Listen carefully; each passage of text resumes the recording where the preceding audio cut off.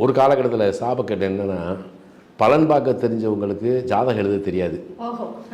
ஜாதகம் எழுத தெரிஞ்சவன் பலன் பார்க்க தெரியாது. ஆனால் இன்னைக்கு எல்லாருமே ஜாதகம் கணிக்கவும் தெரியும், பலன் சொல்லவும் தெரியும்.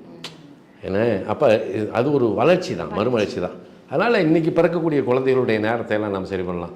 நானும் 1936 பிறந்த ஒரு ஜாதகம் ஒருத்தர் வர்றார், என் பேரில் தான் இருந்தார். அவருக்கு கும்பலக்கணம். கும்பலம் அவங்க ஊரில் பார்த்தீங்கன்னா 40 வீடு தான், ஸ்ட்ரீட் லைட் கூட கிடையாது.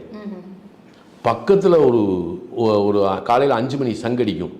அந்த சங்கு சாயங்காலம் 3 மணி சங்கு, 1 மணி சங்கு இருக்கு இல்லையா, இதை வச்சு தான் டைமே அவங்களுக்கு தெரியும் அந்த காலத்தில். அப்போ அதில் எழுதியிருக்காரு, இரவு 2:56 பிறந்தா எழுதுறாரு.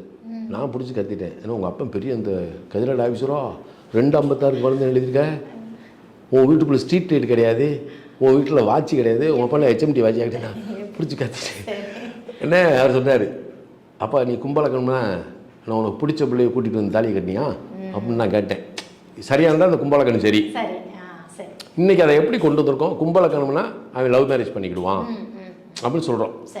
அப்பா அதை சொன்னார், திரும்ப சொல்லுங்க அப்படின்னாரு. கும்பலக்கணம்னா உனக்கு பிடிச்ச பிள்ளைய கூட்டிகிட்டு வந்து தாலியை கட்டினியா, ஆமாம் சாமி. அப்போ கும்பலக்கணம் கரெக்ட், அப்போ உங்கள் அப்பனுக்கு பாராட்டு. ஆனால் ஆமாம், நான் என்ன சொல்வேன், அவங்க அப்பாவையும் பாராட்ட மாட்டேன். இந்த எழுதினார் பாருங்க, அவர் கணிச்சு எழுதியிருக்கார். இரவில் பிறந்தான் சொன்னதை அவர் கணிதத்தை எடுத்து இந்த நேரத்தில் தான் பிறந்திருப்பான் அப்படின்னு சொல்லி எழுதினார்ல, அந்த ஜோசியருக்கு வாழ்த்து.